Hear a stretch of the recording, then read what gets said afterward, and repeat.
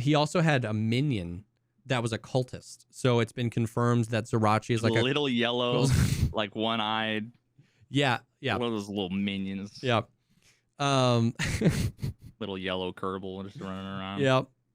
So apparently it's been confirmed that he is a cultist boss, and that he can have cultists as his little yellow one-eyed minions. Dude, if you're running around at nighttime and you hear banana, you're run the other way. Run the other way, dude, because you Why know. Why was that so good? Oh my.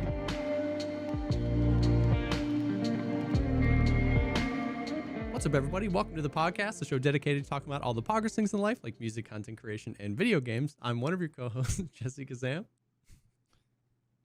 And I'm Veritas. And we all just wiped. We just wiped. I'm a big boy. I wiped. I wiped by You're myself. Proud, Mommy. Well, the wipe happened. We it. So yeah, the wipe happened, dude. Yeah. The like 48 hours leading up to the wipe happening, dude, was like, because I mean everything we talked about last week, where it was like people were like, oh, based on the position of the sun and how many characters are in Nikita's tweets and the drops of this day, like it has to be like the conspiracy theories, and it just like ramped up so hard. And even I was getting caught up in it because we knew drops were the 29th. And we were at like the 27th and nothing happened. And we were like, what's happening? Yeah. And like sources close to me were basically saying like the patch ain't ready yet. Like people were like, it's really gonna be like in hours. And it was like, there's no patch yet. And it was yeah. Like, yeah, it's going to be in hours. Yeah. It got crazy. And then like, I like went to bed Tuesday night, and one of my really good friends who's also a mod, he mods for the channel and he works nights. So he was like, I was like, call me. Like, I'll leave my phone on ring. Call me if they announce anything. I had just fallen asleep and he called me and he was like, hey, they tweeted it's going down. So it was like the middle of the night, they tweet it's going down. And I was like, okay. I was like, call me when the patch notes get released. Because I was thinking about making a video. I had just fallen asleep because it was only like an hour later, and he calls me. He was like, hey, there's just released patch notes. So I didn't get like any sleep at all that night at all.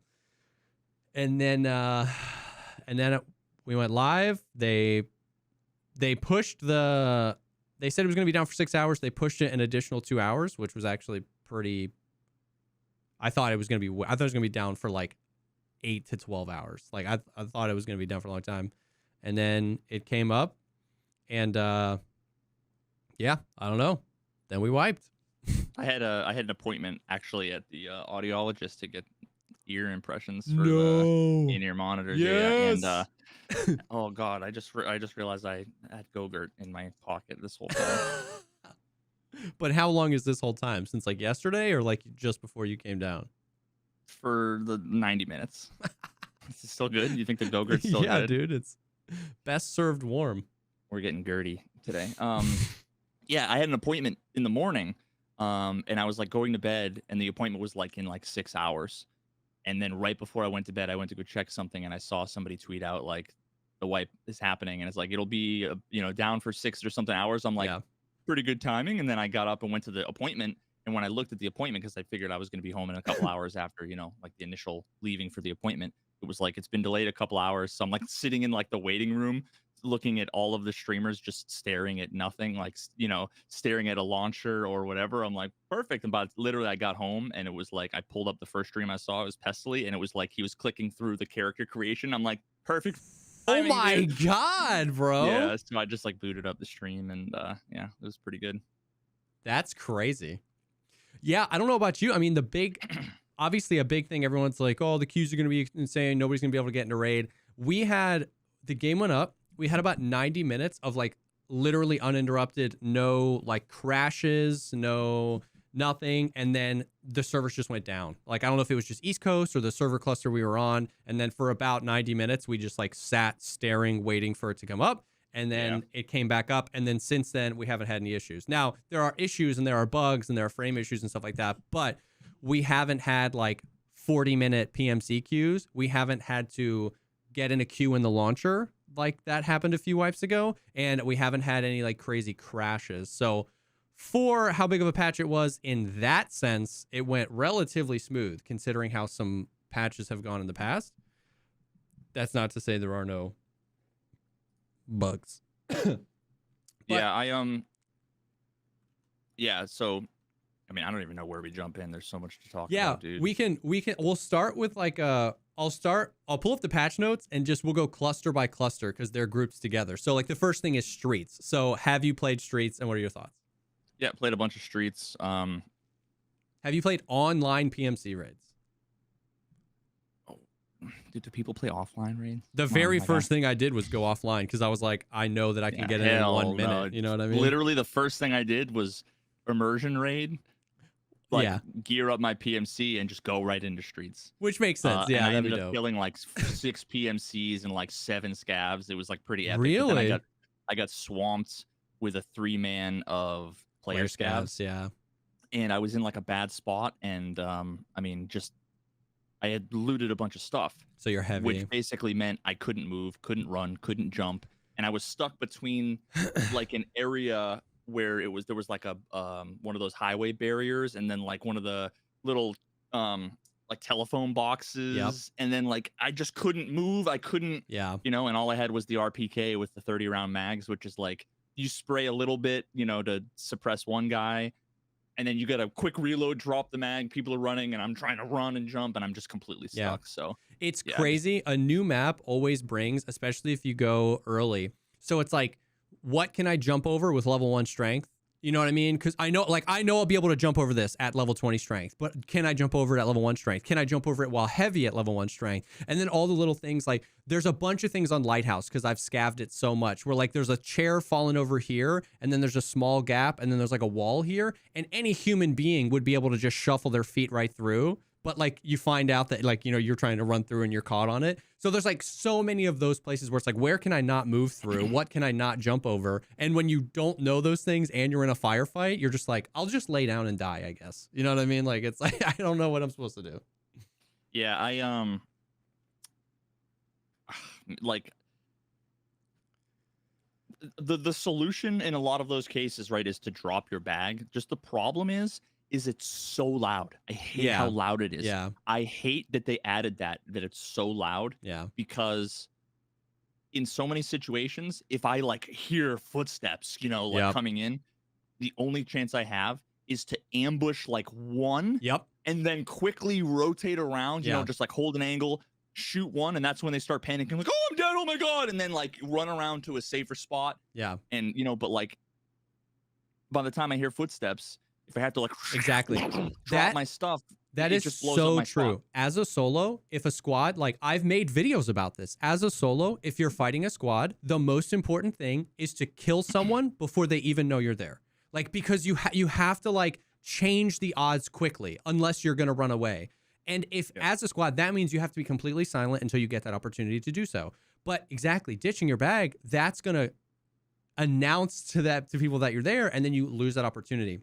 It'd be cool if the volume of the sound was determined by the weight of the backpack and what's in it. And then secondarily, if I hold Z, I can put it down slowly. Yep. Yeah. It's like a 3 full second animation. So like if you have an empty backpack, you can just like quickly and it's not going to make a lot of noise. But if you have a full backpack and you have the time, you hold Z and even if it's not an animation, I don't care. He puts it down gently. But here's the stupid way like around it. So I booted up my stream today and I did 1 immersion raid. I finally took the AUG out. Oh yeah. I'm like, I wanted to know at least like 2 extractions on Streets before I took any decent gear there, just because it's like, and I ended up killing, I think I only got 1 PMC, but I just spent most of the time cinematically walking around, looting, looking at all the different areas. Yeah. And then there was one, it was actually like a really super clean fight. There was some audio stuff that we can talk about when we get into that discussion. But it was just like I was holding a doorway, voice lining back and forth, and so was he. Okay. He was like in Russian with the bear, and I was English with the bear. Oh, that's funny. Just screaming back and forth, and he ran up, quick peeked the doorway. I was already holding it, and I just went, Prap! One tapped him in the head. He was dead. Went and looted him. He was at level 22 with a pilgrim, full of juice. like 2 What? car batteries, just full of crafting stuff. So once I killed him, I dropped my armor and my helmet, picked up his armor and helmet, and the pilgrim, and he had is it the mechanics bag Yeah, though it's like a inside of big it? and then 2, So yeah. so here's the way around the backpack thing is you just have a backpack inside of a backpack. Yep. You just open it up, you hit, your discard key, and it drops it instantly with no sound. Yep. There's also ways around it. Like if you're taking a painkiller, right? If you're in the middle of an ibuprofen animation, I know that makes noise too, but you can hover over your bag and hit delete, and it just ditches it, and it doesn't make any noise. Yeah. So I mean, there's a couple ways to like get around it, but I mean, dude, you should have seen. I mean, I don't even know what my weight was. Someone in chat might remember, but like literally, I was 2 bars out of, like the full movement speed bar, and I was just inching from some random place I've never been in the map, and I just luckily got pretty lucky and walked out to one particular place after like 10 minutes of just wandering, and I was like, chat, where the fuck is courtyard in relation to this, because I don't have a compass yet. And I'm still finding places on streets I've never seen before, 100%, even though I've done like more than a dozen raids there. But yeah, I mean, overall, like Streets as a map, it's sick. The atmosphere is sick. Like everything. Nothing bad to say about this map standalone, like the design of the map. I mean, I have gotten maybe max 70 frames, although it tends to be around 50, sometimes goes down to 20 or less. I'm sitting in the like 30 to 50 frames average. Maybe I've peaked up to 70, but every time I look, it's 30 to 50. Yeah, and I'm 30, stuck 90. in that weird area where like it I don't know how to describe it. I don't know if it's like VSync or my monitor refresh rate working with Tarkov. I've been trying to toggle a million things on and off.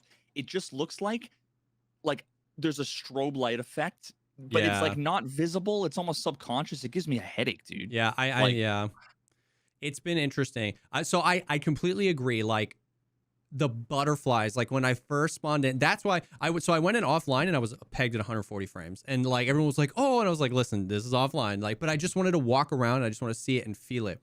And the atmosphere is so good, dude. There's so many different behind this building. There's like industrial, like construction equipment, and then you go over here and it's like a little mini Goshen supermarket, and then there's the cinema, and like all these high rises, every one of the first floor, the restaurants, there's back alleys. Like it's truly a really, really cool map. The scale of it really is throwing people off. I've had so many people come in and be like, is this smaller than Reserve, or is this smaller than, and it's like, it's just not open because it's a square. It doesn't, you know what I mean? And because like it's a big map, like it's big. There's a lot to it. There's so many alleys. There's so many random rooms. And then like, it really does. So I'm a little torn there. Like I was in a building and I like went up a random set like of floors. Like you could go up 5 different floors in this building. I went up to like the 3rd floor and then went in, and then you open a door and you can go left or right down the hallway. I went left down the hallway, and then I was looking at, and then one of the doors I opened, and in that door was a PMC, and I was a scav, and he shot me. And I was like, this is kind of what I dreamed up when I thought of Streets. Like there's an infinite amount of doors. There's an infinite amount of windows. There's an infinite amount of hallways. Like you have to just always be on guard, because you know what I mean? And because of course we don't know like the flow of the map and the spawn flows and stuff like that. But it really does give that vibe. On the flip side, there have been multiple times where I've been like, oh, you can't go in here? Or like, that's my major criticism. Or you go into a building and you're like, oh, and you see the stairs and you go up one single flight of stairs and then it's blocked off. And you're like, I can't go higher? You know what I mean? Like that has been a little frustrating. Yeah, I mean, it's like when you have this massive open world in Skyrim and you go to like walk towards a mountain and you just like hit an invisible wall, you know, that kind of thing, where it's like, oh, come on, I want to go up there. But the biggest thing for me, the most annoying thing, that this is my one criticism of the design of the map, is that like 60% of the doors are not interactable. Yeah. And there's no visual. You'll have two identical models of doors. Yeah. And one, you just have to walk up and stick your face on the door, the handle of the door constantly. You just walk up to a door and say, is this one? Nope. Is this one? Yes, but it's locked. Is this one? And nope. That's what's weird is some of them will say open, some of them will say breach, and some of them will say nothing. And the difference between a breachable door and a nothing door is nothing. Like there are so many doors in Tarkov that say breach that don't have keys. Like you just can't breach those doors. So why do some say breach and some say nothing? Are the breach ones locked or like, so it's like, that is interesting. And so like, now I say that I understand, right? Like I understand that especially with how optimized the map is, not every door can be openable, not every floor. But just make it unique with a broken door handle model. But make the model unique so that you know what doors are interactable and what aren't. And two, it's impossible for them to have hyped this map up for 5-6 years. And for me not to, like, when I go into a building, I just want to be able to go to the top of the building. And if I see a sofa blocking the staircase, a little part of me is going to be like, oh, you know what I mean? Like, and that doesn't mean I think the map sucks. I just think that, like, you can see the roadmap, right? Like there's one building like in the middle of the map that looks sick. It's like got glass and it's all dilapidated and you can't get access to it at all. And like I'm like, you know, Streets Part 2 or 3 or 4 or 5, like we're gonna be able to go in there. You can tell, you know what I mean? And like the huge movie theater cinema, it's such a landmark on the map, and you can't get inside. And you're like, oh, I don't care about any of the parts of the map that are closed that are going to be open in the future. Like that doesn't bother me. Yeah. But there's no way that all of the doors that look like you can interact with, like those. I promise you, mark my words, 2 years from now or whatever, most of those doors are still going to just be JPEGs. Sure. And I just, it's super annoying when you're exploring. It ruins your immersion when you're like, let me go open up this door. And then half the time it doesn't show because you're not looking at the right pixel up next to the doorknob. And then, so it's immersion breaking. Yeah, I feel you. And I doubt they'll do anything about it. No, honestly, it'll just be like, Nikita will just be like, learn the map. You know what I mean? Like learn which doors you can open, you know? But overall, man, it's such a beautiful map. It's got such good aesthetics. Like some of the, like, playing a shooter, being out. So like there's certain places where it's like a building and then a sidewalk and then a 3-lane highway and then a median and then a 3-lane highway and then a sidewalk and then the other building. And there's tension in just being in the middle of the road. Like there is no place in Tarkov where you can be that far away from cover, where you're just like, I am out in the open. Like crossing this road is insane. So like it's got some really cool vibes. There's certain places where you can see the rogue boss, like Big Pipe in them, their logo, their skull and crossbones logo. So I'm like wondering if you'll be able to see them eventually in like certain places, or if there are other rogue bosses that will be there. I don't know if you saw the clip going around on Twitter. Killa can spawn on Streets, and I've seen clips of player scavs getting killed by Killa. No, I haven't seen that. Yeah, I don't know what the spawn chance is. I don't know what we've heard in the past that that will be able to happen, and that like all the bosses will have a chance to spawn on Streets. We've heard in the past that you might be able to find a meeting between multiple of the bosses. I don't imagine that is in the game yet, but it really did surprise me to see a clip of Killa just waxing some player scavs. I thought that was pretty cool. Yeah, I got my first, it might have been my first scav run on Streets. I got killed by the sniper scav. I was just exploring, and it's like there's no indication. If there is one, it wasn't obvious enough for me who was paying attention. I just was walking, and all of a sudden you hear pop, pop, and I'm like, is someone shooting at me? Because you hear a distant shot, but there's no bullets coming by. There's no whizzing, and all of a sudden it's like, bang, my leg's broken, bang, I'm dead, and then you just see that you died, and it doesn't say the name or anything. Yeah, it just says like almost So it's like, really, come on. That's the green flare extract, which is pretty cool. Like, I saw a clip of Axel. He had found a green flare, so he took it to Streets and he shot it off. That one where you just like walk out into the street and you die. If you shoot the green flare off, you wait a few seconds, and he just like super cautiously walked out in the middle of the street, and he kept walking, and he started extracting, and he extracted. I don't know how much time you have, but that's how you extract from that place, or at least I don't know where you are. One of the places. Can anybody use that, or is it just the that's person that a good shot question. the flare? I don't know if it counts for your squad. I haven't seen enough clips yet because I haven't seen a green flare or anything. But Interesting. Okay. but yeah, so that's interesting. The extracts are, yeah, pretty interesting. I found a few. I found one in my first offline thing, and basically right now I know most of them based on the landmarks. Obviously, it's I all only like know two. extracts. Um, Courtyard and the one Yeah. where there's the like crane. It's not collapsed Yes. crane, but it's the one where you go up into like the dilapidated building. yes, Where that's ruined house or yeah. And those Yeah. are on complete opposite sides of the cinema. One Yeah. side courtyard, one side. Okay, so the crane one is in front of Concordia, which is the L-shaped hotel that we saw all the trailers in.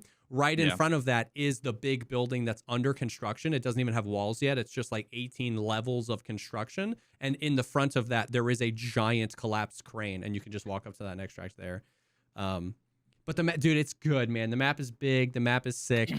It is, of course, a little depressing just to see the performance. You know what I mean? Like, every map has performed poorly. They have pushed this back so many times, and then even a year ago, they started changing that. Well, it's not going to be all the streets; it's going to be parts of streets, and then it was going to be by fall of this year, and then they pushed it again for optimization's sake. So I think there was a little bit of hope. Maybe I'm not fully cynical enough yet, but there was a little bit of hope that it's like maybe we'll at least get like 60, 60 frames or something like that. And it's brutal, man. A lot of people saying like I just can't play it on my hardware. Even with my beefy hardware, I can only get like 30 frames. Every single time I scav in, I haven't played an online PMC raid yet, because every single time I scav in, every single time I am constantly with like 8 bajillion% packet loss. I've rewound in time like 45 seconds before. That's what that happened to me. Yeah. It's actually like a video I not uploaded a few today. seconds, like almost a minute. Yeah, there was a period of time where I was like walking and teleported back, and then walked, and then teleported back, and then walked, and teleported back, and then walked. Finally made it past that point. Yep. Looked at a van, went into a building, went up the stairs. Whoop, I was all the way back to when I was like, what? I've tried to loot some containers and they won't work, and I'm like, we're in a bugged lobby, and I'm like running down a highway on streets, and all of a sudden my character stops, my inventory opens, and I'm looting a duffel bag. I haven't teleported back to the duffel bag, but I'm looting it in the middle of the street. Yeah. So now, like, see, today I didn't have any packet loss on streets. When I did my one raid. I did one raid today. So I'm now I haven't risking done my stuff yet until we. I haven't done any scav. Well, I did like 2. Yeah. But because every time I go to do a scav raid, it usually wait about 15 minutes. Yeah. Don't get into any lobbies, and then either I go back or it just kicks me out, right? Like the screen just goes black and you're back at the main menu. So it's been super, super annoying. You want me to fix that for you? Well, so one thing that I, it was one of those like rumors going around that I ended up trying was remove auto server selection. Oh. And I chose only like central and northeast. Yeah. And then the next scav raid I got in like 3 or 4 minutes or something. Yeah. The other way is I thought this might work. I asked my whole chat to try it, and I had like 100 people be like, "You just saved my life. What the hell? How did you know that?" And I was like, "I don't know. I just saw this somewhere." Go to the scav, go to the lobby, invite literally anybody in the lobby to your party, and as soon as it forms the party and your name turns blue, don't even give them a chance to respond. Just click next, load in. For some reason, it's prioritizing parties. And you can't create a party unless you've invited somebody. And as soon as you invite somebody, you've created a party, whether people are in it or not. And I was like, try that, chat. And like 100 people came back, and they're like, I got into streets in 4 minutes. Interesting. Yeah. So it's like, I don't know how long it's going to work. I don't know if they're going to change it up. But as of yesterday, every time I told people to do that, they were like, holy cow. So they're getting in there's solo. Something wrong. Yeah. Just. I was trying. Dude, I couldn't get into factory. I couldn't get into any map. It wasn't streets. Yeah, that's. I was same trying with to other do people. Just factory. People were like, "I'm in 35-minute queue for an interchange scav," and I'm like, "Try this," and they're like, "Yep." So yeah, I don't know. So streets is great, but obviously, I'm excited for performance changes. Before, I guess we'll talk about this now because it's related to performance. Let's talk about the audio. The new audio engine.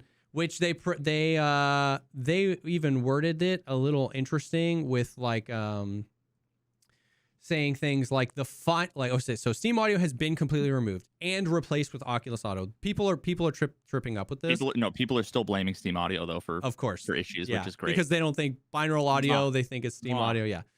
So Oculus Audio is the sound engine for the game right now, chat. It's not old Tarkov audio, it's not Steam Audio. It is Oculus Audio.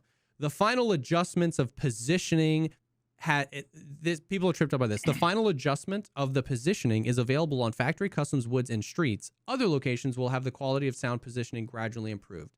A lot of people think that means all the other maps except those have the old engine and these have the new engine. And that's not how that works. It's all on Oculus Audio. I'm assuming that means that they went whether you have binaural checked or not. Whether you have binaural checked or not. I'm assuming that means on those maps, they've gone in and maybe hand moved some of those occlusion zones or done some refining off of what surfaces or whatever. They've done some hand work on those maps, and on the other maps, they haven't. Yeah, I understand. But I'm just saying that's what I think they mean here. Do you know what I mean? So many people are like, yeah, I'm playing Lighthouse and it has the old audio engine. And I'm like, no, it doesn't. This is all the new audio engine. That's not how this works. It's just that they're not all there. So there's a lot of things. There's the new audio engine and what you think about it, the good, the bad, the ugly. And then there's I'm still calling it a rumor, even though my personal experience with this has been that it's true, that if you turn off binaural audio, you get, it's really impacting frames. Yeah, so there's a couple things there. I'm not saying that rumor is false, because it's entirely possible that it's not. But the problem is that everybody doing the quote unquote testing, here's the problem. We all know, and if you don't now, you do. Tarkov just has massive memory leak issues. So here's the thing: humongous. What people will do is they'll play, and if they have binaural on, they'll play for 2 or 3 hours, amass a massive memory leak. Yes. You know, like my first raid, I got 60 frames on streets, and then a few hours later, I was getting 20. Yeah. But then what they'll do is they'll hear the rumor that it's binaural causing the issue. They'll uncheck it, and then they restart the game, which gets rid of the memory leak. So it's entirely possible that just rebooting the game is it's the memory leak that is making the performance better. Again, I'm not saying it's not binaural. No, I'm just saying I've been saying that as well, because because whatever memory leak the game has had in the past, it's worse right now. It's really, really bad. The memory leak is crazy right now. So I've been saying that too, where it's like, I don't know. I did some, I turned it off and I felt like I had more, but yeah, it's hard to tell how much of it's memory leak, how much of it, because it makes sense that binaural may consume even just a little bit more CPU resources could, since it's so CPU bound, but I completely agree. That's a thing that's going around. I don't know how much testing has been done other than I heard it. I anecdotally was like, well, I had just restarted the game like the raid before to get the memory leak. And I was like, well, I guess now's a good time to try to turn off binaural. And I felt like I got more frames on customs because I've been playing mostly customs because I've been questing mostly. But I have not been really quoting it as objective fact. I've been like, everybody asked the question and I'm just like, try it for yourself, man. You know what I mean? Like, you do you. But I will say, because I have played several hours with binaural off, that I don't like. Well, however you feel about the audio engine, it still sounds worse with binaural off. You know what I mean? So, you think so? I do. I played with 8 hours with binaural on, and then I turned it off, and immediately I felt like I was like panicking at every single sound. Yeah. Interesting. Yeah. To me, it's anecdotal evidence once again.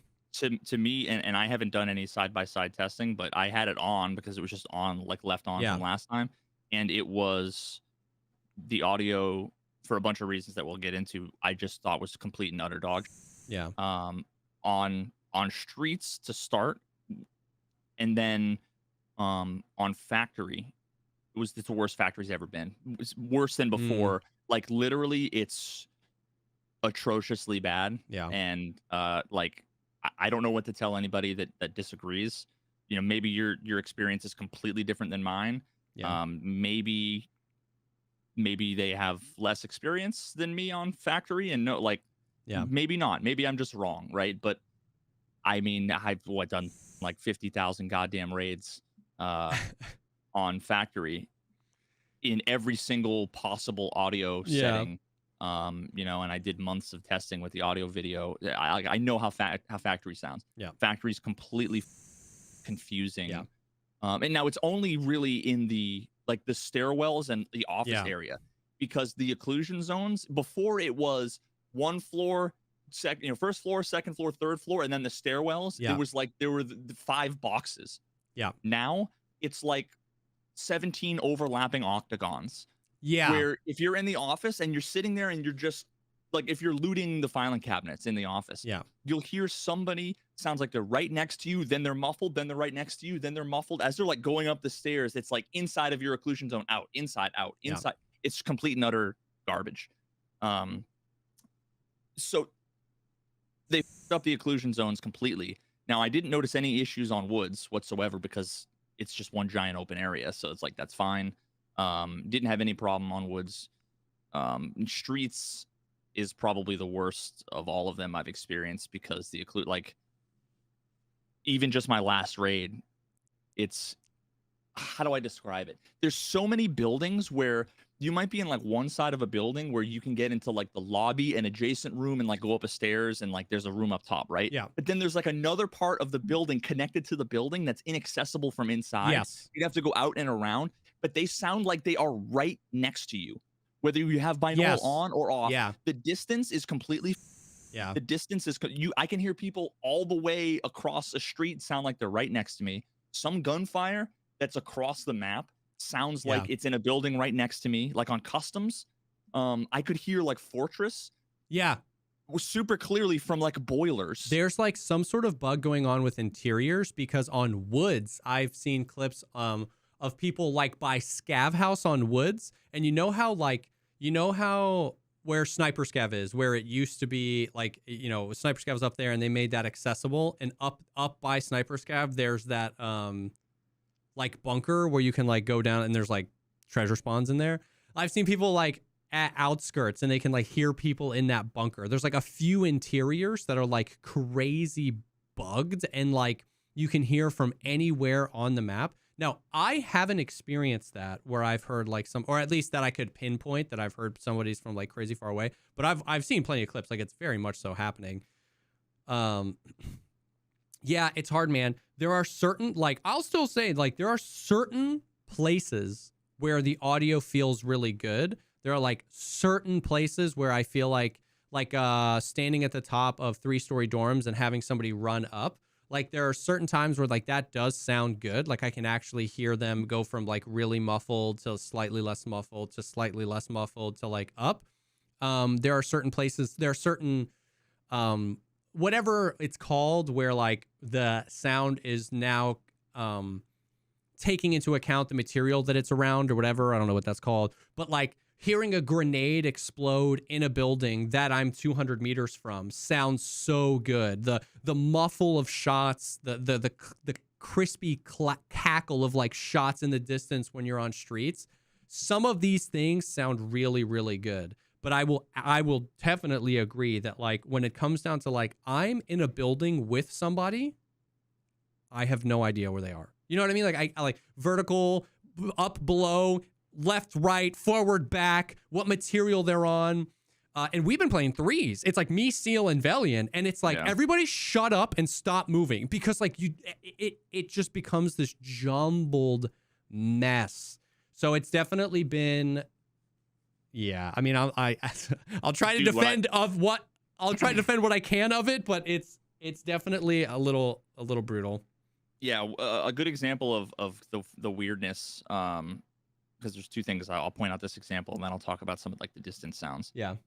Was so the fight I got in today on Streets. It was a building where it was like, imagine like a 3-story open brick, like there's nothing above you except there's some scaffolding staircases that like go up the sides, and then there's like a platform that you can walk across. I don't know. Yeah. It was, I don't know how to describe this part of the map. But the person was across the way in the other building straight ahead from me, like 3 stories up. Mm-hmm. It sounded like they were 2 feet in front of me walking. I was like immersion run, like, for sure, like looking around, and I had to go all the way up. And then when I got up like 4 or 5 stairs in this big open room. All of a sudden, then their sound was muffled, Yeah. and then I got to like the top stairs, and then it was wide, like perfectly open again. It was so, yeah. There's see, and I've experienced weird like that on a bunch of other maps too. So all I can say is that I'm actually like extremely worried Yeah. because before the occlusion zone issues were limited to like 5 specific places on every map. Yeah.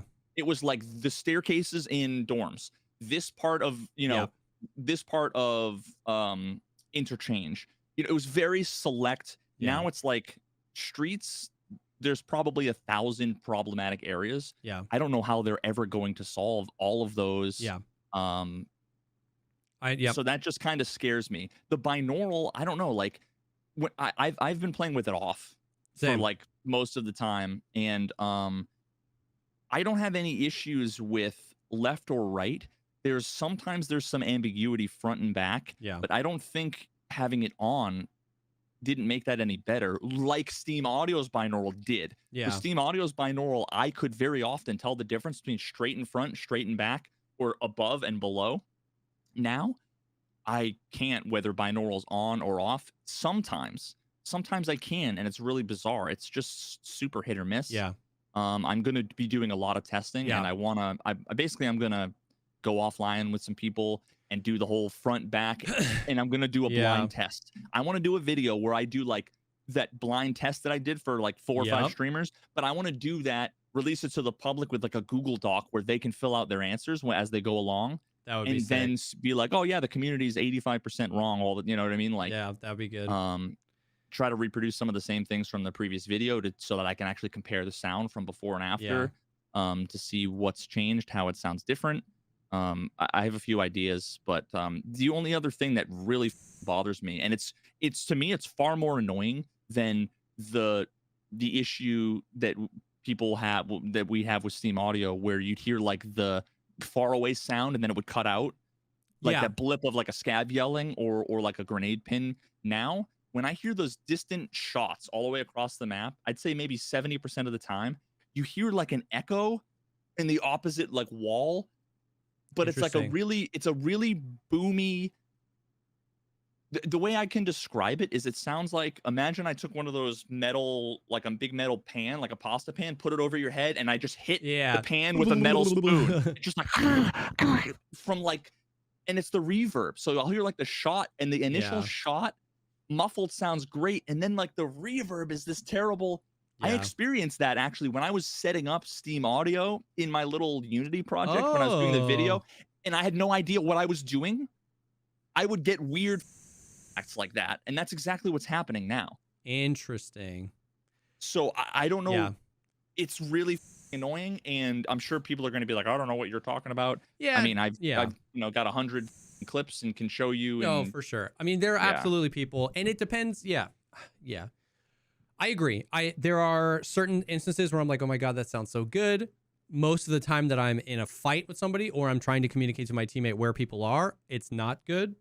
And then, so there's like that. And then on top of that is the bugs where like the hearing audio from a certain interior all the way across the map. Or I don't know if you've experienced where like I've had bush audio not play for me, but it's client side. It'll play for other people. Like when I've had no bush audio or looting sounds. No looting sounds. Sometimes I have looting sounds. Great. Yeah, sometimes I have looting sounds, sometimes I don't. We were scavving reserve and I hit the button and there was no wee woo, but there was for some other people. And then I spawned into a scav raid late. I had to Alt F4 and reconnect, and Valiant and Seal were in the scav raid. I was loading it with them. My game crashed. I had to reconnect. Seal called in an airdrop, and for both of them, the plane was making no noise, but for the plane was making noise for me.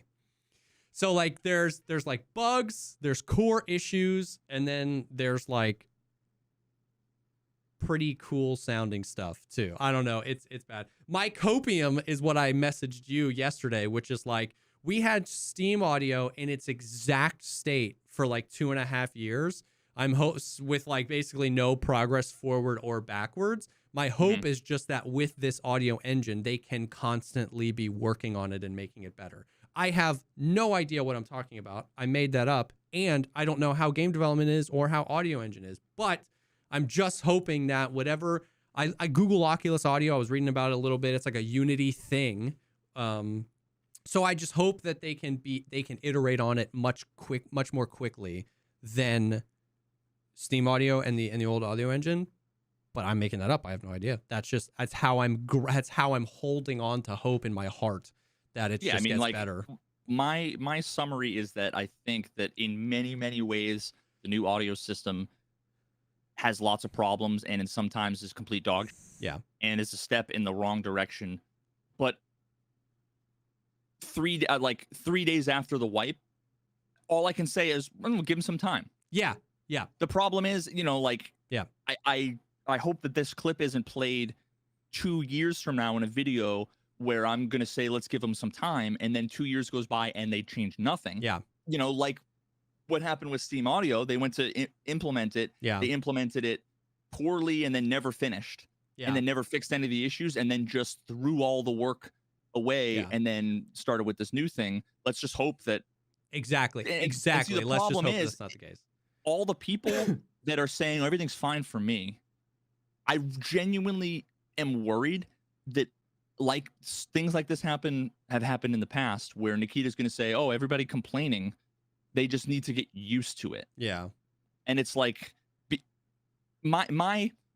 and again, I have no information other than my past experience with this stuff, which I think has some value, is that I think the people that say there's nothing wrong with the audio, I actually don't think, even though it's possible, that they have a different experience. I think their experiences are the same. They just don't know how to tell when things are wrong. Yeah. That's just my gut. Yeah. And again, I could be wrong. Time will tell, but I just have a really hard time thinking that the audio is fine for some people and that the only thing that we need to do is get used to it. Like, I know what it's like to play a game and have different audio changes and having to get used to something. Yeah. And how that's different for sure than you're hearing things like invisible sounds that aren't invisible. Yeah. The person's there. They're just 30 feet further than they should. Yeah. That's not something you get used to. That's like objectively exactly. There's a difference between playing Hunt Showdown and being like, what was that? What was that? Because I don't know what that sound is. And just the objective binary, there are no bush sounds for me. That's broken. Right. You know what I mean? Like, it's just like, this is it not working as intended, obviously. You know what I mean? So. Yeah, and there's tons of weird things too that I guarantee that in some of the buildings in Streets, if you walk towards like an open window, you can be like 70% of the way from like the door to the room to the hallway, and all of a sudden you hear outdoor sounds, and it's like, yes, it's just you lean a little bit and it's indoors, lean a little bit forward, outdoors. Before, that would happen on the threshold of a door, and it was kind of a little bit clunky and annoying. Now it's like it's the same problem, except it's worse. Yeah, because now all these occlusion zones are completely clunkily placed, and now there's 800 million occlusion places zones where they're broken, and so it's, I don't know, like. So yeah, I mean, like, give him some time. We'll give him some time, absolutely, by all means. But I can't not say, because I get asked every 4 seconds. No, every for sure. 4 seconds, someone comes into chat and says, "I'm sure you've been asked a million times. Yep. But what's your thoughts on the audio?" No. And I can't basically not just summarize it by saying, "I think it's dog." We'll see what happens. No, that's all I can say over and over. I completely agree. I get that. It's the most asked question I've had is, "What do you think of the new audio?" And it's like, it's just. No, you have to give a nuanced, honest answer. It's really rough. I hope they make it better. I don't know what else you want me to say. If it's terrible and it continues to be terrible, I'm not going to let it ruin my life. I'm going to continue to be fun playing this game, but I'm going to tell you that it's pretty bad. It's in rough shape. But my hope is that they'll fix it. So it's like, it's been 70 hours. It's rough. Let's hope they make it better. So yeah, okay. So we got that out of the way. We can blaze through some of this. So they did add the enchantment table. People are getting so mad that I keep calling it that, but I can't stop now. It's burned into my brain. They added the enchantment table. Some interesting things to it. Nobody's really done anything yet because you have to have armor repair kits or weapon repair kits in order to proc these like features or whatever. And how good they are is determined by the 2 new skills in the game. So we haven't really experienced anything. But in the patch notes, some interesting stuff where rare enhancements can only be applied at the elite level of the corresponding skill. So there's two different types of enhancements. They're normal and rare ones. The rare ones, you can't even start getting rare ones on your stuff until you have the elite, either light or heavy armor. The normal ones you can get at any time. The chance and strength of a normal standard enhancement depends on the level of the corresponding skill. For body armor and plate carriers, the enhancements reduce damage a character receives. Weapons can have two types of enhancements. It can either decrease malfunction chance or increase accuracy. The enhancement is effective within a certain range of the item's technical condition, which means if that armor gets zeroed, it loses that thing and will be removed in the case of another repair. So if you repair something, it enhances it, and you repair it again, it removes it, I think. The enhancement changes the value of the item, the selling price to the insurance and the flea market fee. The intelligence skill now affects the amount of repair points that will be spent on repairs, which I actually like. Oh,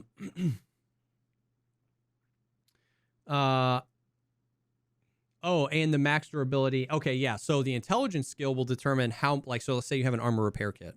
The intelligence skill will determine how many points of that armor repair kit will be spent on a repair. And the light armor or heavy armor skill, depending on how they are, will determine. So like a light armor can be repaired better the higher you are in that skill. Mm-hmm. So there's like a lot more complexity around the thing. They added the new light and heavy armor skills, which is interesting. So it's just not something anybody's really seen yet because nobody's had the high enough level to really do it.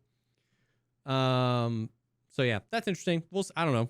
I don't know if you have any thoughts on that. It's just like, we'll just like see. I haven't gotten close to even repairing a gun. Yeah. Or having anything to repair, and I'm like level 13.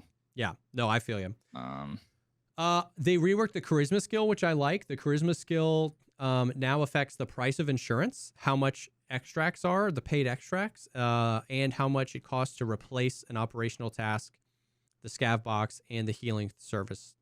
So charisma feels much more like a charisma skill now. The higher your charisma, the better prices. Very Fallout, the better prices you get. You know what I mean? From stuff.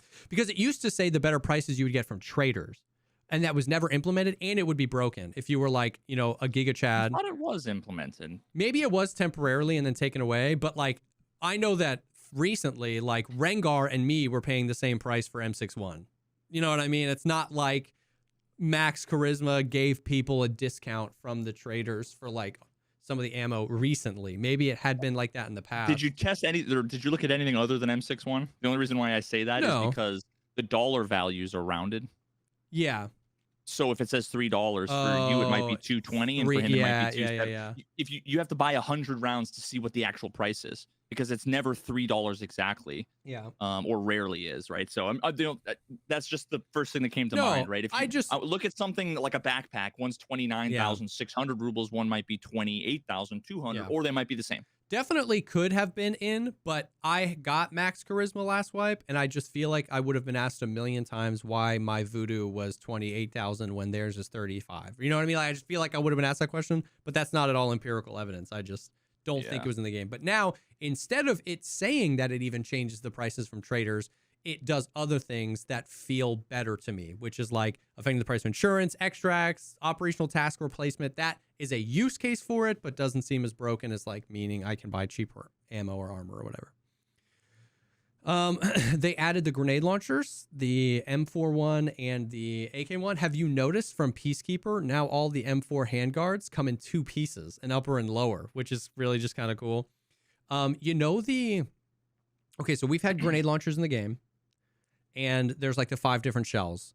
You know the 40 millimeter gray thing that had no use? You'd find them in grenade boxes. They've been in the game for forever. It's like fuses, the little gray 40 millimeter thing, but it wasn't. Yes. That is the AK's GL round.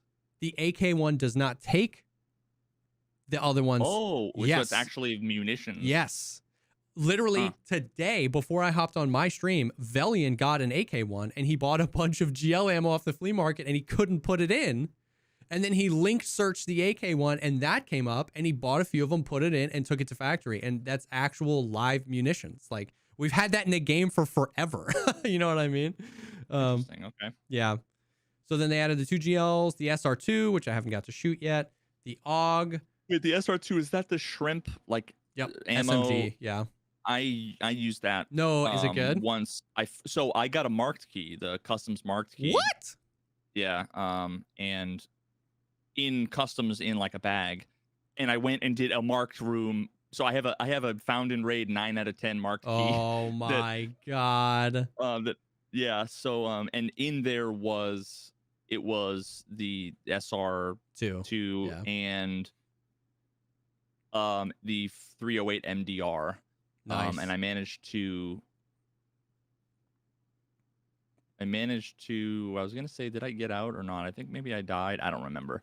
No, I didn't. I got out because it's found in raid. I just don't know where the SR2 is. Anyway, of course, it was only the one magazine, right? It had like half of a magazine in it, so I ended up shooting half of a mag in like a fight, and then swapped over because I was actually, I think, doing like a pistol run or something. Yeah. Trying to get the kill PMCs with pistol quest, and yeah, I don't know. It felt cool. Yeah, it's hard half to say a mag. It's hard to tell. Yeah. I'm really excited to use it. Have you used the AUG? I used the AUG for the first time in that last raid I did today. Okay, I went on like a 14 raid streak with the AUG. I've used the AUG a ton. It's pretty cool. It's got some funky horizontal recoil. The very first time I looked at my scout, I was like, bam, and I was like, there was like no vertical recoil. It just went like whoosh, and I was like, what the hell? And then the second shot, instead of going right, it went up left, and I was like, oh god. Now, like, yeah, it's a little funky. Now, anything full auto, like, you can rush into a room and just point fire it, and it's gonna be chill. But like, it's got good ergo. It's full auto. It's not terrible. There's a long barrel for it. We found, so there's a suppressor that can only fit on the long barrel version. There's a suppressor that can fit on the short barrel version. I've used the short barrel suppressor, so it's cool. It's a pretty cool gun. I don't know. I still don't know how modular is it. If I'll be able to put my own foregrip on it, or how some of the different suppressors. Like, I don't think it'll necessarily be an endgame meta gun, but I went on a pretty decent run with it, so it was pretty cool. It sounds cool too. Yeah, I'm one for one. They added the Glock 19X, which I don't really know. I got that in like the second raid. Yeah, is it cool? It's just a tan Glock, right? Slightly smaller tan Glock. Yeah, I've got the Glock 19 IRL. I don't think I got to even shoot it. I think because I did pistol PMC quest mostly on factory. Yeah. And I'm pretty sure I insta died in Glass Hall. Like, nice. Jiggle peek. I'm at the raid end screen. Like, have you seen the RSH-12, the Ash 12 revolver? Have you seen pictures of it on Twitter? No. You can put a voodoo on it. Mother of God, that has to be a bug. No, it's got the rail. It's like the Deagle in COD, where it's like the super long barrel Deagle, and it's got the two rails, and you can put a 30mm ring mount on it. Like, you can put a voodoo. So you can't put that on like an M1A on an MP7. Yeah, you know. But so the RSH-12, it's a revolver shooting the PS12 or PS12B rounds, and you can put a long range scope on it. Oh my god, yeah. I used the 9mm revolver for the first time. Yeah. Because I literally just like had no money because I couldn't scav. It was I got in like 9 raids in 11 hours. Yeah. I was trying to raid as much as I could on the first wipe day. So I was just like down to no money. Obviously there's no flea market, so I've got a bunch of things that like would be valuable on the flea market but are trash to sell to the traders, but you might need them for later, so I'm just holding on to them. And I couldn't scav, so it got to the point where I was just like down to like 3,000, 4,000 rubles. And one of the clips, I don't know if you saw the clip I put on Twitter. No. Oh my god, let me pull it up for you. I was getting really triggered, and this is like a segue into the fact that you can't get PST 9mm or 7.62 by 39 PS ammo. I just think is trash. It's like it's the idea that we had for the top tier stuff, but for the bottom tier stuff, yeah, it's like you got to walk around with like HP ammo or PSO or whatever. Yeah, I tweeted. It's like, I'm glad everybody else is having a great time. Let me let me just put this in. I'll put it in both of our chats so y'all can see what I'm talking about. If you go to my Twitter, you can see. Oh my god. Like this was my experience trying to get pistol kills. Yeah. I hit him 6 times. 6 times. Jesus. And I did like no damage to him and he was fine. Like the raid end screen said 6 bullets. And naturally I spawned in on glass hallway, ran 2 feet, and shot he a guy was 6 right times there. in the face, shot a guy 6 times in the face and he didn't die. And I'm like, yeah, I'm so glad that they removed PST 9mm. Like it was bad enough when they removed AP from traders because like that was the only 9mm round that ever felt viable. Yeah. And PST feels like dog and now you can't even get PST. Yeah. It's just so annoying, dude. I was so triggered from this. When I did stir up, I had some rough raids too. Yeah. So those are the new guns. If there's any new equipment other than that, I haven't seen it. They messed a lot with the settings for going into an offline raid. I don't know if you've seen for co-op though. I'm super triggered, bro. They're so close every time. I'm like, look at all these 6 settings, cool, and I can't go in because you need to be in a group. I'm like, are you kidding? I just want to make a thumbnail. I want to do some immersive video, and now I can't do any of these settings. And you can't even like. What I was gonna do was just gonna click enable co-op and then go in solo, but you can't. You literally can't go in unless you invite somebody. I'm so pissed. I mean, I'm glad it's in there, but it's like literally so close to perfect. Just like the last time where they made it so that you can go in with groups co-op, but it's like, but you can't turn scavs off. It's like, really? Yeah. And now that's perfect, but if you want to do it solo, and it's crazy because you would think that the solo one would be the easier one for them to implement because it's the server I run on my own machine. Like, But then you also saw a lot of the grayed out stuff where it's like the free cam, the time flow. So like I didn't see that. Yeah, so like not when you open up that box, there's a bunch of settings we don't have access to yet, but they're there. And one of them is free cam, one of them is like time flow. You can like change how fast. Yeah, so that stuff is going to be cool. Please, Nikita, let us just do it on solo offlines. But those are kind of cool. Okay. The Hideout got the new shooting range, and they showed it. Nobody has it yet, but they showed it off on their Tarkov TV podcast yesterday. Did you see it? No, bro. I heard there's like moving targets. Yeah, or so in the Hideout now, the shooting range is like twice as long as it used to be. It goes 2 or 3 times farther down. And I'm in my Hideout right now. I can see. Yeah. Oh. Okay. I need to send you. I'll find you. I can't find it right now. I'll find it and I'll send it to you on Twitter. But and they better have removed all the bullet holes. But dude, they have at 3. Okay, at level 2 or 3, because it's like level 2. Like now, like the other Hideout upgrades, you have to upgrade it. It used to just be you would build the shooting range. Dude, at level 3, you walk up and there's a computer. And there's different settings on the computer. And when you initiate it, at like, this is what it was. At like 20 meters, there were a bunch of targets on the ground that would pop up. At like 50 meters, there was a bunch of targets on the ground that would pop up. And on the ceiling, there are targets that move left to right. So it'll just be like boom, boom. They'll start popping up. The ones in the ceiling will start moving. And it's just like boom, boom, boom, boom, boom. And it's like super clean. And like, dude, it's sick. It's sick. Sounds amazing. Holy.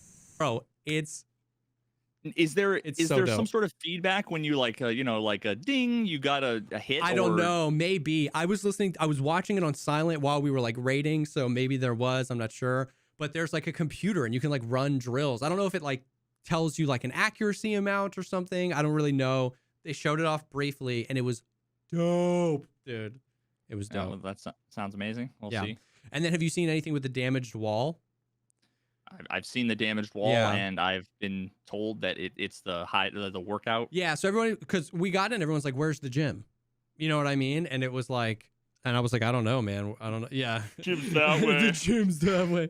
And I was like, I don't know, man. And then we started seeing the damaged wall, and then they like took it away. And then now today there's an icon for the damaged wall. And then as of this morning, you're going to hate this.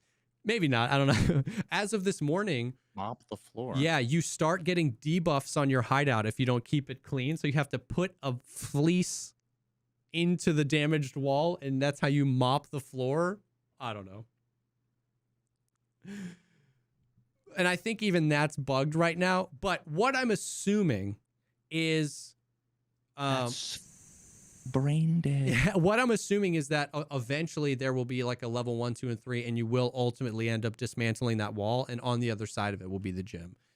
Separate from the mop the floor thing, I think that will be like a hideout upgrade path where you'll get to the gym that way. But the mop the floor thing is a little weird.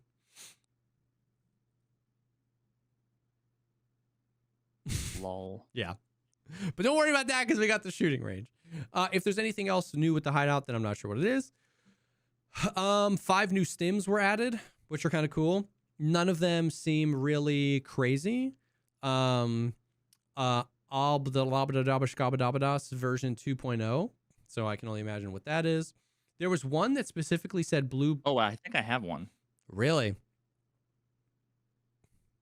The one called Oh no, I think I died. Blue Blood specifically mentions radiation damage. So that was kind of interesting.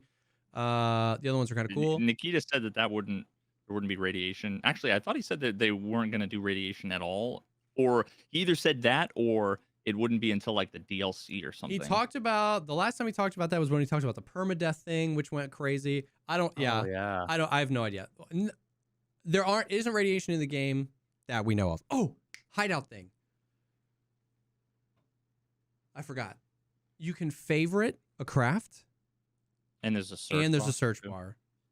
Thank Christ. I was about to lose my mind. The new TAWS ammo that they added for the TAWS event, the pre-wipe event, was all the way at the bottom of the workbench, which was the longest list. So they and I was losing my mind. Anyways, new stims. Have you seen that they adjusted some of the stims, by the way? No. Propital is no longer a painkiller. Oh, I do know that. I found that out the hard way. Personally, I like that because it's a 300-second 1 HP per second heal that buffs some of your soft skills. I'm okay with having that as its utility and also bringing a painkiller. Like a morphine is a 300-second painkiller. I'm okay with, like, I feel like the Propital was OP. I feel like people don't want to admit it. I personally am okay with them separating that stuff out. I love the stims. We've talked at length before about how I love the stims. And last wipe, I wasn't complaining that the Propital was OP, but I saw that change. And personally, I was like, I'm kind of okay with them separating those features out and making me decide what I want to use and in what order. See, so to me, I wouldn't say that the Propital is OP. I would say that, like, there's a threshold where the stims are ever useful to me. Yeah. And for me, all of the stims, except for SJ6, Propital, the Green Stim, and Mule, all of the other ones were always below that threshold. Yeah. And then now it's taken the Propital and maybe just put it below the threat. Like, it's not, they didn't make it now reasonable. They made it, now I don't care anymore. See, that's crazy. I think it's useful. Dude, I never have time. I never, if I'm in a fight, especially as a solo player, maybe against 3 people, and I peek and I go brr, and I'm up and I'm limping, I don't have time to fix a break and use a painkiller and use a Propital. See, I'm dead. I'm just dead. Yeah, I think you have more time than you think, and I probably used 10,000 stims last wipe. I've used 7 or 8 stims in combat before. Maybe we play differently, but I'm saying objectively, I completely disagree with you on that point. I have plenty. Well, you also play with people, so you can't tell me that. No, I've been playing solo a ton towards the end of the wipe. No, dude, it's not a solo thing. I'm just saying. I can't say you. I'm not going to say you're wrong. I'm saying when I play solo, I still take 8 stims in a fight. Not every fight. Sometimes I just fall over dead. But I'll stand my ground on this. That, like, I think a lot of the stims are fun and useful. I agree with you that for the most part, that's where it sat. Where a lot of the stims were useless and those stims were useful. But like Zagustin is one you didn't list that you probably never use. No, I only used it when I had a ton of money and I didn't just sell them. Yeah, and Zagustin was the middle of the pack, where it's like it's not one of the ones I use most of the time. But when I have a stim pouch for a reason and I bring one, when I find myself in a situation where I got messed up, I have 3 or 4 bleeds, and I get behind cover, I go for the Zagustin first before even a heal or a Propital because I can stop the bleeds and mitigate the damage. It's not going to be one I use every raid. It's not going to be one I use no raids like a bunch of the ones are. So to me, this change brought the Propitol's usefulness down a little bit for sure, but it brought up like a morphine. So now I want both. So like, I don't know. I really, really think that I use so many stims. I love them. And Like, to me, I'm it just so made it, set on this. I love it. it just made it like the green stim. Now I'm going to use the green stim and not the yellow one anymore. Because the green stim is so fast. Yeah. That is going to keep me alive. For Before sure. the yellow one would keep me alive in the next 10 seconds. Yeah. Because it would allow me to get to cover and to start healing so that I can. But now. Yeah, the Propitol might not be your in-combat heal stim. That'll still be your ETG. But the Propitol might be your after combat. When I've killed the guy and I'm safe, I don't want to use an ETG because ETGs are really expensive. But I might either A, run out of heals, or B, not want to heal the 4 HP on every single one of my limbs. So I'll pop the Propitol, then start a CMS, and while I'm CMSing, it's healing all my stuff. Especially since Propitols are cheap. Throughout most of the wipe, Propitols are crazy cheap. You can craft them, you can buy them, you can find them. So it's not that expensive. It's worth keeping in your thing. When you get out of a fight and you're a little hurt everywhere and you have to CMS your leg, why not be healing 1 HP every second while you're doing that? You know what I mean? Like, I'm not saying that, like, no, yeah. I'm not saying that that's not good. I'm just saying like, to me, it's, I don't know. Like, no, I get it. I actually don't care about the 2 HP in my arm being full. Yeah. All I care about is my head and my thorax. For sure. But to me, like, the Propitol was, I always had one in my gamma. Yeah. Because it was like the for sure. Like, I am going to the fucking perfect die. painkiller. Yeah.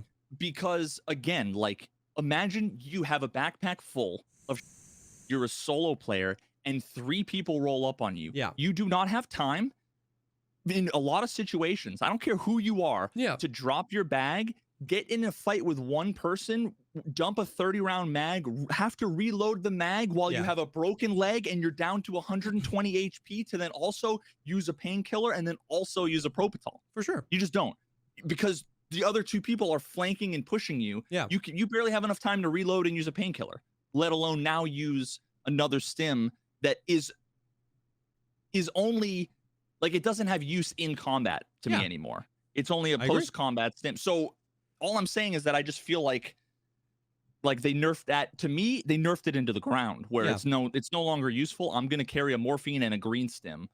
The green stim will be the one in my gamma. Yeah, that's just insane to me. If you have a stim case, you have 9 open slots for stims. You know what I mean? You won't bring a Propitol for when you get into a fight and you win the fight and you want to hit the Propitol. I'm not finding 9 stims in a customs raid. I never said that. Okay. I don't have a stim case. Yeah. I haven't played in 3 months, so I have no idea what I'm going to have in terms of cases and stims. Yeah. Right now, most of the things that people will find useful and are good, like some level 5 armors, to me, they have no value to me whatsoever right now, other than the rubles. I'm gonna sell them. For sure. So many things that, like, so if I find a bunch of yellow stims and green stims right now being early white, I'm gonna, as soon as I get the flea market, I'm getting the 70,000 rubles for them, because they're not gonna increase my survival chances in so many situations. Yeah. As much as having, like, a better rifle. For sure. You know what I mean? Completely agree with that. So it's all moot in the future when I have infinite money to have infinite stims. Then it doesn't matter. Then you have every stim and it doesn't matter. Yeah. But that's not the early wipe experience. It's not the average player experience, and it's not the average Veritas where it doesn't have a million of everything, infinite money, and players to back me up, to cover me, to be like diversions when, you know, like, if they know it's one person and there's 3 people, it's a different fight. For sure. Than if there's multiple people, because if you get pushed, well, now your 2 boys are going to kind of push up and hold the angle. For sure. And those other guys might not push. Whereas if they know there's only one of you and they f you up, the other 2 are just going to push you. And you know, so now it's a 1v3 rather than a 1v1v1v1v1 split up. Yeah. It's just totally different situations. I think the vast majority of the time. And yeah, I mean, I don't know. I'm just disappointed because the Propitol was the one, it was the best stim in my opinion. And now I'm only going to use it when I have infinite resources. Do you think the Propitol, like, in that same exact situation where you're hurt, in the other last wipe when you hit the Propitol, how many times out of 10 do you think when the 2 boys realized it was a solo and pushed you and you were hurt, how many times do you think the 1, 2, 3, 4, 5 HP that you got from that Propital, like it's like that No, fight? that's not that. It's not that. Well, that's what I'm asking. The fight No, no. basically happens the same if you use a morphine there, right? No, well, no, because a lot of times that initial thing is you get up by the first guy. Yeah. Maybe you kill him, maybe not. If you kill him, the other two guys are gonna push even more. Yeah. That's the reaction. If you don't, then the three of them kind of might regroup and might wait a little bit. Yeah. But so if you happen to kill the first guy, but you get up, what happens is my leg is blacked and I'm limping and I'm probably overweight and have no stamina or whatever, right? So that allows me to get to cover, to then open up my menu, to wait a little bit, to then look and assess. I can maybe drag my Salua onto my chest, onto my head, and then get back in the fight. It made me survive that much longer.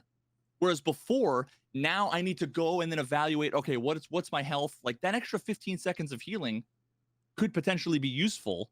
But it was mostly useful for the painkiller effect and then the added benefit of the healing. So now you've taken away the primary use case for me.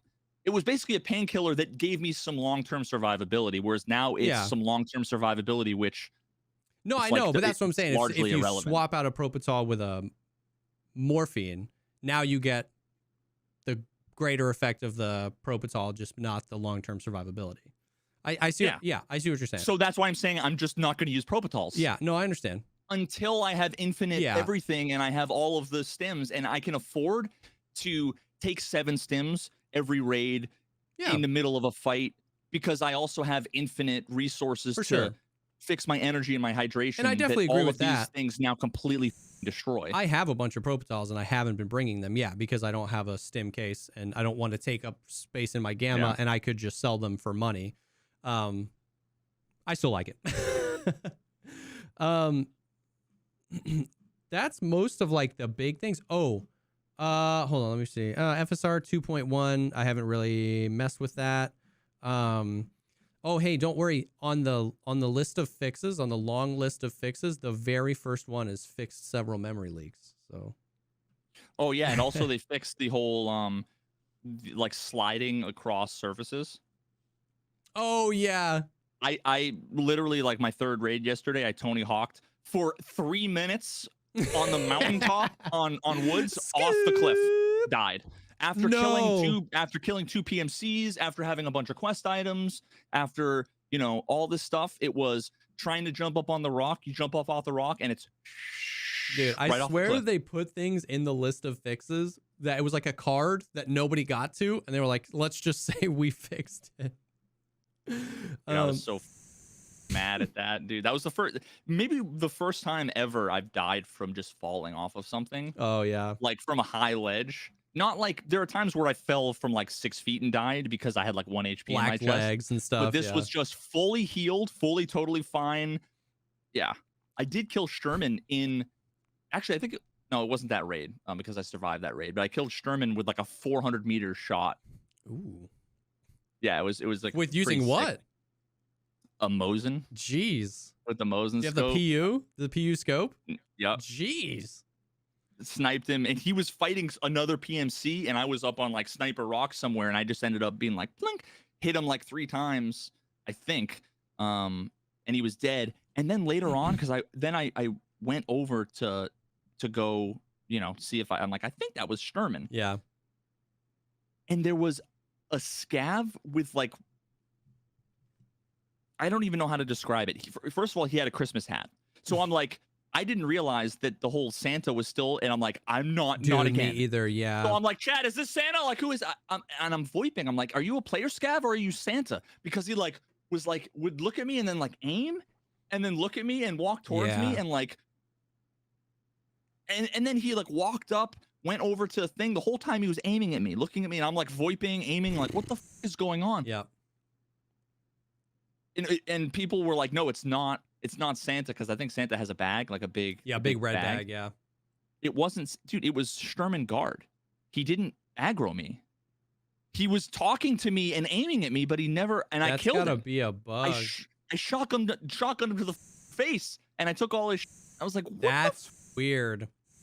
You know what? Actually, that kind of makes sense because I ran into Sturman once and I killed him, and we got weirdly close before I was pushed up super far, and Velian was like that's Sturman, by the way, and I was like, no shot, and he was like, yeah, and he like sniped one, and then they aggroed us, and I was like, that's super weird, and Sturman ran at me, and I was like, yo, I have one. I just ran into him and barrel stuffed his SVD. His SVD was right here by my face. He was going gung gung gung gung, and I was just like, I had a shorter gun, so I just like sprayed him down. And I got his key, and which you need for the quest, but chat was like, use the key, use the key, use the key. So I used the key, bro. The first 2 items, flash drive, flash drive. I was like, let's go! And I got the flash drives, and I got out with them, and I was like, hell yeah. Yeah, I just posted the clip of my of them. This is the confirmation that they fixed. They fixed the Oh, yeah. Yeah, they totally fixed it. No, I bet that was a really good. Man, I get up there all the time too. That's actually scary. It might be worse there now. Yeah, it's just trash. It's terrible. That's but yeah, I don't know what the deal was with the boss. He didn't aggro me. It was probably bugged. His weapon wasn't malfunctioned, or at least, yeah. I mean, I don't know if it had to do with that. I don't know what the deal was, but it was a really weird interaction. Yeah. That being said, some of the list of changes here are good. One of them being added weapon malfunctions for bots. So I haven't seen that happen yet, but that's very much so needed because all of their guns are at 11 durability. I was playing with, I don't remember if it was Seal or Valiant yesterday. One of them killed a scav, walked up to it, picked up the Mosin, the Found in Rain Mosin, the only weapon the scav had, and it was 100 durability. So I think there's a chance that I think their range of weapons is now wider. You said it was the only weapon they had? It was the only weapon the scav had on them. Mosin, when it wasn't a player scav? Mm-mm. Huh, so okay. I think it might be rare, but it seems like they can spawn with 100 durability weapons. I haven't seen them jam, but apparently they can. Yeah, that's gonna be one of those like I bet you it's just a straight up No Man's Sky.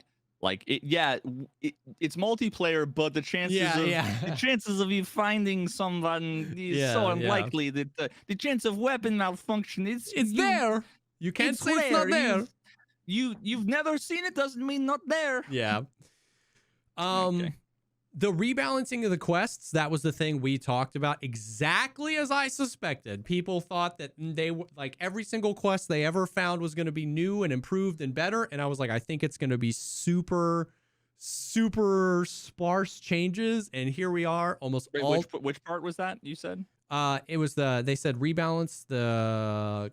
Well, it was when Nikita talked in a podcast that they were going to redo some of the quests, and then the community went away with it, and they were like, "We're never like all the old quests are dead. New quests with this," and I was like, "I don't think so." I've already done the pocket watch. I know. I was like, I think the changes are going to be minimal, and they are absolutely minimal. So some of the changes that I've seen are, the Tarkov shooter part 2, where you need to use a bolt action rifle and hit something from 40 meters away or more, 3 leg shots and 2 headshots. That is now not just scavs, that's anyone. So if you snipe a PMC, it counts. So like little stuff like that. A few quests that used to be on a specific map now are you can do this any map. Like very little stuff so far. I suspect that more of the mid game. We're actually going to talk about this after the next thing I want to talk about. That I suspect the mid game is what they were going after with this patch more so than the early game. Anyways, so some of the stuff, they removed some of the stuff from the traders and stuff like that and moved some of it. Some of the hideout crafts are now locked behind quests. So you might have Workbench 3, but you have to complete this quest to get that craft unlocked. So some of that stuff, there's already I've already have a few streets tasks I haven't been to. I found a sausage in game and I ate it. And then after that raid, I turned in a quest and I got a quest that it's like to turn in a sausage. And I was like, damn it. God damn. Yeah. But I already have some streets quests and stuff like that. So the quests, not overwhelmingly different as of now. There was some new gunsmiths, like Gunsmith 4, some people are getting to, has changed a lot. I don't know if they've added to the gunsmith chain. I don't know if they've just changed them. Gunsmith 1, 2, and 3, I think are the same, but 4 people are posting a bunch of screenshots that Gunsmith 4 has changed quite a bit. Okay. So I think more of the mid-game quests will be different than early game quests. I still don't think they will all be different. I don't think it'll be a completely different mid-game. I just think as we get through, we'll find more significant changes around the mid-game than the early game. So there was one glaring thing missing from these patch notes that I was interested in on Wipe Day, and it was Lightkeeper. There's nothing about him. Nothing.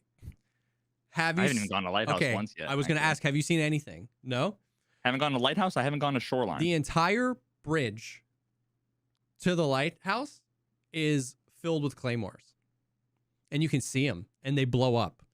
And Deadly spent like 2 hours, and he found a path through where you can crawl through. Speed run strap. And you could he would walk up, and he would figure out which claymores were facing which direction, which ones he would be fine because he was behind them. He would walk up and then back up, and they would blow up, and he would only get hurt a little bit, and he would heal up because you can't hit like 2 or else you're dead. But you can heal up, and he found his way he got it all the way onto the thing. You can't shoot him. You have to just walk into him. And he got on, and then and then they removed the claymores from outside the lighthouse. You know how it used to be you'd walk up to the thing and you just blow up before you get to the lighthouse. They removed him there. Yeah. And he got in the lighthouse, and he got all the way to the top. And there's a new door. It's not a key card. It's a keypad. And he walked up to it, and it just says, open the door. And he clicked it, and it says, you do not have access. So he couldn't get access, but he got there. And then Logical Solutions tweeted, and he was like, I'm not going to spoil it. I'm not going to spoil what you have to do, but Lightkeeper's in the game, and he's quest locked, and it's going to be hard to get to him. There's a lot of quests. I don't really know what that means, but he's in the game, confirmed. And then it's up to you to decide if you want to go, but there have been some things on Reddit being posted, like some cutscenes and stuff like that. That are being posted on Reddit that I'm assuming are being data mined, that if you'd like to go spoil for yourself, you can or not.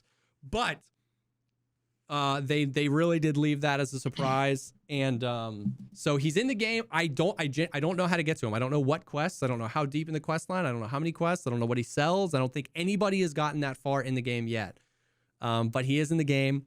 Also, Nice Guy tweeted out, somebody killed Zerachi. And Zerachi had a rig. He had a bottle of Sriracha. He had his He had a new face mask. He had AXMC with a Reap IR on it, and he had an MP7, suppressed MP7 as his secondary. And the dude killed him and got out with all his stuff. And then also he had both at 10% durability. I actually don't know. I don't know. He also had a minion that was a cultist. So it's been confirmed that Zerachi is like a little yellow, like one-eyed. Yeah. One of those little minions. Yep. Little yellow Kerbal just running around. Yep. So apparently it's been confirmed that he is a cultist boss, and that he can have cultists as his little yellow one-eyed minions. Dude, if you're running around at nighttime and you hear banana, you're run the other way, dude, because why was that so good? Oh my god! You know what? The best part, I've never seen minions. What? I don't even know what minions sound like. Don't know what they look like. That was just kind of a guess. Banana. Oh my god, that would be the best Easter egg of all time. It's just giant. As soon as you said he has a minion, I was like, plushie? Like, what do you mean? Like, am I... Jesus Christ. So yeah, so he's got his little minion. So yeah, I think that's just about everything. But that's why I was saying it feels like they're going after the mid game more so with this patch. The hideout changes that are really significant are what we think is going to be the gym and the destructible wall, which is going to take a while to get to. The shooting range is going to take a while to get to. It's going to take a while to get to the Lightkeeper and even see what that whole mechanic is like. And my guess, not my assumption, but my guess is that as we progress through the traders, we're actually going to see some of the things we talked about. I think we might see some of the high-end ammos removed from the traders It's just like all these little change. Now it's just a guess. I have no evidence to back that up, but it just seems like they're really going after like the level 20 to 40 area, like those quests, those things at around that level of hideout is when you're going to access the new stuff. So that's just like Jesse Kazam's guesstimation for the wipe, but it seems like they're going to try and pull out the mid game more than the early game, which kind of I'm okay with. I want to be able to have some stuff and not feel like every death is 30% of my stash, but I don't want to get to a bajillion rubles super quickly. So I don't know. We'll see. I know that I'm not a great judge because I play more than 99% of the players, but it's just a guess. We'll see. We'll see what happens. Yeah, one of the things that I'm sure I'll get for, but that has just been like annoying. Are the like just the prices, not even just the availability of things like the basic ammo that you want. But like just it's so annoying the prices of like water. And where it's like, why is water is literally half of a rifle? Like, give me a fucking break. Or twice as expensive as a double barrel. Yeah, and I don't want to have to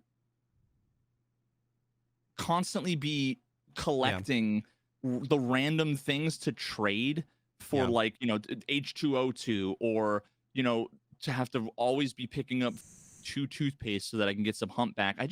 I hate the fact that the energy and hydration systems are complete and utter dog shit, and they're made 100 times worse by the price and availability of outside of raids of like food and water. Like it should be like 300 rubles. If you're gonna make it so that I have to have like 3 random food and drink items every raid, otherwise I'm constantly gonna be dying or like whatever, it's just so annoying. Yeah. No, I agree. It's like I get that you want to push us towards get your food and water in raid and extract with it. I totally get that, but at the same time, it doesn't make sense that a water bottle is twice. You can buy 2 double barrel shotguns for the price of a water bottle. You know what I mean? Like there should be some. We've talked about the dark and darker method of like it was really refreshing to have everything I need to go into a raid, even if it all sucked. It was really nice. Pestily made a whole video about that where he was like, after playing that game, it like completely changed. So like a water bottle and like some crackers that's always purchasable, never goes out of stock, and is appropriately priced. Like that would just be awesome. You know what I mean? Like, yeah. And the fact that like a bunch of the food completely tanks your water too. Yeah. So it's like this ping pong of having to have both. It's just such an annoying thing in the early part of the game. And I'm sure it's probably a lot more annoying for people who are casual and or like worse at the game than me. Hard to believe, I know. But like every raid that is a good raid for me where I survive a fight and I have some loot, it takes me 3 hours to get to the extract because I'm slow walking because I'm overweight, and then also I'm dying because it took me so long. Like I had to take painkillers and I survived the fight, but I don't have access to good meds in the beginning. I don't have access to infinite food and water. Like you need like 3 food and drink if you have a long successful raid and you take multiple painkillers to be able to then have enough time to slow walk out of a raid. And that's the only way that you can possibly make money is by walking out with a backpack full of stuff. I completely agree. I can't do that. I think the early game, like for years and years and years and years, everyone's like the early game's the best, the early game's the best, the early game's the best. I actually like the mid game more. And it's exactly, I think there's a little bit of an identity crisis going on in the early game where everybody was like, the end game, the meta was so broken that they made that their North Star. They were like, this is the movement speed we want you to have at the end. And then they just drew a line to the beginning. And it feels like nobody played in the beginning. And because that it feels like this little identity crisis where like, I'm in the raid. What am I doing? What does the game want me to do? Get stuff, kill stuff, get stuff. If I kill a scav and pick up his Mosin, his backpack, because I'm like, ooh, I have another backpack, and his helmet, I'm overweight. I haven't done my quest. I haven't found food. I haven't found trinkets. I'm already overweight and I'm already in these. And so like, it feels like it feels like the game doesn't want me to do what the game wants me to do. You know what I mean? And then we've talked about before about how the CMS was one of the single greatest additions to the game because it meant a raid could last longer. But then the weight system, now it feels like as soon as I do anything, I need to go because like this raid is going to be really bad. So I do like the theoretical concept of like, ooh, this is heavy. Do I want this car battery? Or do I not? Do I this or do I not? But it feels like we drew that line from the end and not the beginning. And I get that because at a certain time, the end game was too crazy. But I definitely agree that just some of it feels like the early game. You're punished for playing the way the game wants you to play, and you're rewarded for you're rewarded for hatchet running with guns. Going with a gun, nothing else, kill a scav, take his stuff, now you're overweight, get out. That's what old hatchet runs used to be. And we used to be so objective and binary. Everybody thought hatchet runners were bad because they weren't risking anything. They weren't doing anything. But now in a weird way, the game is forcing you back to that like ethos. You're not going in with a hatchet, but you're going in with a kit. You're doing one single thing and you're leaving because you're like, I'm overweight or I have this quest or whatever. And it's losing that, like, we'll stay in the raid and experience the raid, you know? Yeah, at least, like, back in the day, I used to be able to kill somebody, drop my armor, because it was insured, take one person's armor, wear it, take the second person's armor, and put it in my backpack, and then grab one gun and another gun. Now, the insurance prices, like, it's been long enough that I'm sure a lot of people don't even know or have forgotten how much more expensive insurance is. Yeah. So now, if you happen to have armor, you're paying like 80% of the value of the armor to maybe get it back. Yeah. And you have to drop it. If you want to make any money before the flea market and before crafting, then you basically have to drop that you have to have insured just so that you can pick up the armor. Yeah. And then even then, if you happen to have like a level 4 rig in your bag with some stuff inside of it, you're slow walking, like, let alone if you have a battery or anything remotely heavy, like you're slow walking everywhere. And people in chat have said a few different things, like they disagree. Like one of the things is it slows the progression, and that's a good thing. Well, no, they should slow the progression by slowing the progression, not by making it so that it takes me 40 minutes to walk a third of the map, because it's just fucking brain dead. Make it so that there's more XP between levels. Yeah, that's infinitely better. Yeah, if every single raid you had a 33% to just get negative 5,000 XP, that would slow the progression. But that's objectively a terrible change to the game. If you want to slow the progression, slow the progression. Yep, you're absolutely right. Don't slow the progression by slowing the physical movement of my character. Yeah. Or doing anything that just feels like intrinsically is against the spirit of the game. The spirit of the game is go in and get stuff. Like, stuff is the spirit. People are like, why do you hoard? Because stuff is why we play this game. You know what I mean? Like, if you like to PvP better than that, that's fine. Like, I'm not saying PvP is bad, but like, look at the marketing. Look at the trailers. Read the website. It's a looter shooter. It's about loot. You know what I mean? So like, stuff. So to be like, stuff is why we play the game. And now you can carry 10% of the stuff. It's like, yeah, it slows it down, but it just doesn't feel good. You know what I mean? Like, there are plenty. Dark and Darker is very hardcore. Very hardcore. That game is hard, but there isn't even a weight limit. You just carry. You just have a stash size. You can carry as much as you can fit in that your character. You just carry that and leave. So it's like, I completely agree with the spirit of what you're saying. Completely, by the way. Yeah, like they just made it so that in the rare cases where you get a W, it's the most painful, annoying. Yeah. Like, give me the W. Yeah. Let me take the that I earned by winning the 1v3 and by spending 20 minutes and searching everywhere and looting and finding the good stuff, and don't make it so that I have to do my taxes to leave the raid. Yeah, 100%. I mean, and even what you said, as simple as that is, let me run around with a bag full of stuff. Like, let me do that and double the amount of XP I need for each level. I like, if the gameplay is fun, I'll want to play the game more so you can make the levels farther apart, because I'll have fun playing the game. You know what I mean? Like, exactly. People are so many people, and it's not just in this case. It's like this with everything. People are like 1 or 2 or 3 layers of abstraction removed from the goal. Yes. Slowing the progression is not necessarily a good thing either. Why do we want to slow progression? Yes. Well, because if you progress too fast, then there's nothing to do. So instead, the issue is not progression is too fast, therefore slow your character down and make it too cumbersome to leave a raid with stuff. Yeah.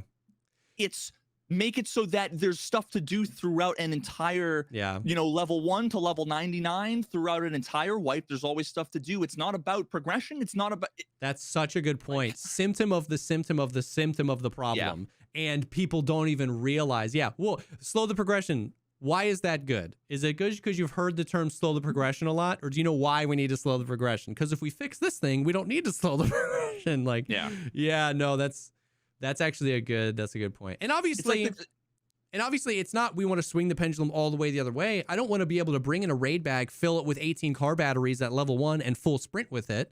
I'm just saying, which is a frustrating thing in and of itself, where it's like as soon as we feel like we've made a good point, people are like, whoa, what do you want? You want me to just be able to fit an entire EOD stash in your backpack at level 1? It's like, shut up. Let me Nobody said that. Yeah. Let me strawman everything you said to you can hear the goalpost moving if you listen.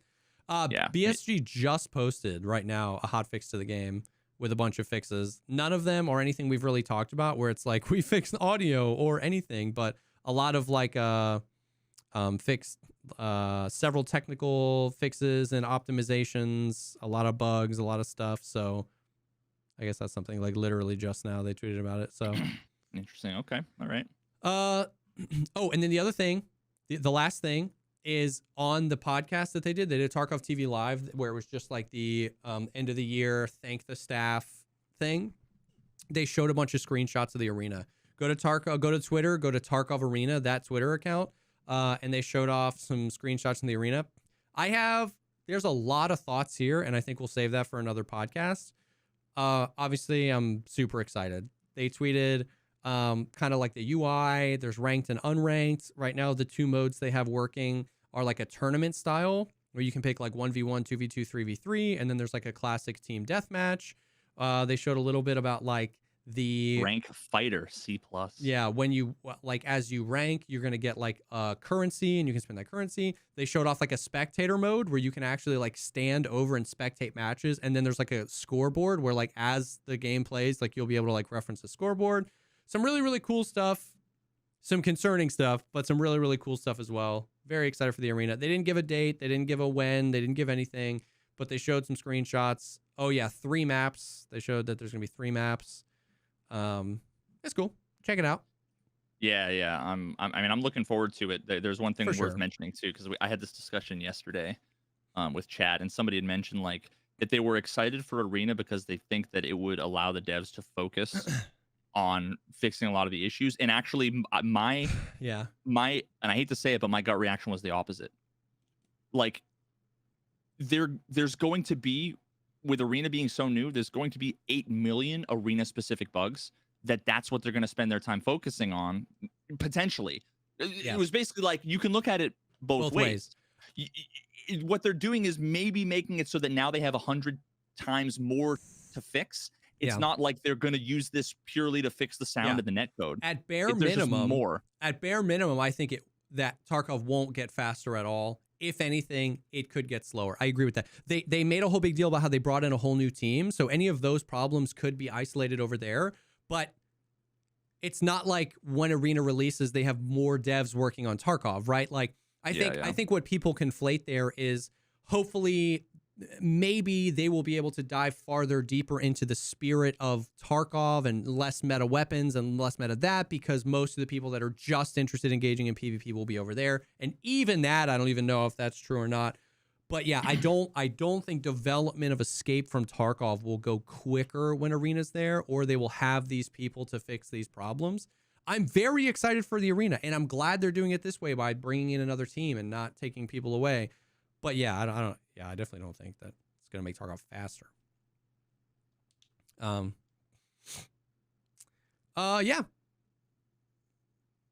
Oh yeah. Also, a random side note. I saw there was a tweet from, let me see. When was it? I'm scrolling. I'm delaying. I'm stalling. I'm scrolling. Me. More minion voices. Yeah. Okay, so it was Tobias. So okay. Tobias, what exactly was he before? for, was he like a community manager at BSG for a while, or what was? I Trying to remember believe exactly. so. I don't remember exactly what his official capacity was, but I think he was one of the community managers, one of the senior community managers. Okay. But yeah, most people know Tobias. Yeah. No, but has since left, and he's Yes. actually working over at the Blood Hunt. Oh yeah. Yep. So, but anyway, so he tweeted after the wipe. I believe some good things have been done to Tarkov netcode. My guess is that BSG at least partially moved to a server-side authoritative system. My reasoning is that I'm seeing side effects of such a system in the player positioning data, basically the like rubber banding. Okay. And it was like, I just responded with, Nikita said it was server authoritative before, though. Like, yeah. I just, he didn't end up responding to me, but it was like, but wait, wasn't BSG basically defending for so long that it was server authoritative, despite all of the evidence and all of the everything like that? And it's funny, like a bunch of people sent me messages or responded to that tweet being like, yeah, but there was evidence to the contrary that it was server authoritative. I'm like, you're talking to the guy that did the video on the netcode. Like, what the, like, what do you mean? Other than Battle Nonsense, who did it 4 years ago and said that the netcode was so bad that he doesn't even want to do another test again. Yeah. He literally was like, it's so that it's not even worth, I don't even want to go down that rabbit hole again. He said that like 2 years ago. Yeah. Like the last major netcode analysis was done by me. And I said in that video that I thought that it seemed to me to be client authoritative because, for such and such and such. But when I talked to Nikita, he said it is server authoritative. Yeah. And then I was able to square the circle to basically say, here's a universe in which he's not lying to me, but here's how I can interpret what he's saying in a way that isn't incorrect, which is you can be server authoritative and have the server say, okay, to everything the clients say. Yeah. If the authority is a beta cuck facade to the fuck this whole time when Nikita's been talking about it's beta, he means like it's a beta. It's a beta. It's a beta male. It's a low T beta cuck that the clients are sitting there banging the server's wife. That's basically how you should interpret it. Hell yeah, dude.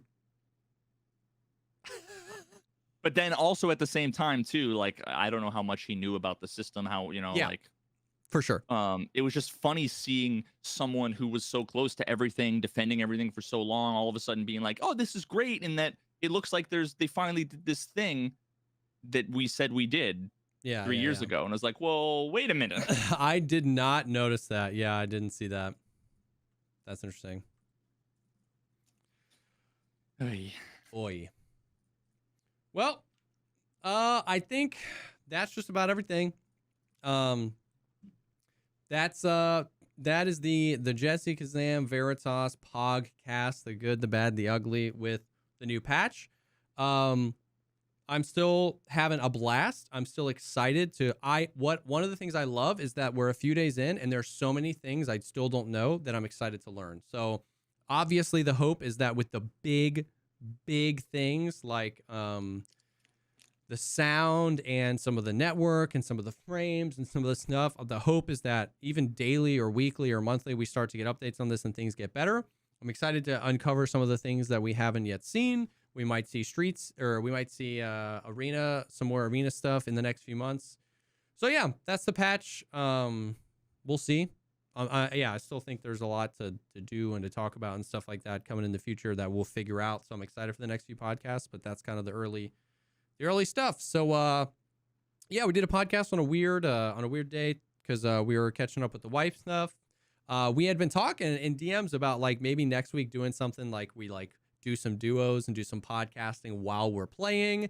If you'd be interested in that, we can talk about the things. Normally I'm molding in chat about the things that I'm seeing or we're experiencing, but like it'll be interesting. I don't know how the hell we'll do like the audio version. It'll be like, or even the YouTube whose perspective, but maybe we can do like an abbreviated interview style, like 45 minutes, and then we hop into some duos and we like extend it or something like that. So there's like a little bit of the normal stuff if there's any like news, and then we can like do, I don't know, we'll talk about it, but there were some cool ideas. The game's super fresh, so it'd be cool to like get in it and do some Jesse Veritas duos and stuff like that. So So thank you guys for hanging. I'll try to edit this and get it up as soon as possible. We're running into the weekend, so it's probably still going to be Monday. But yeah, thank you guys for hanging, and we'll definitely see y'all on the next one. Peace.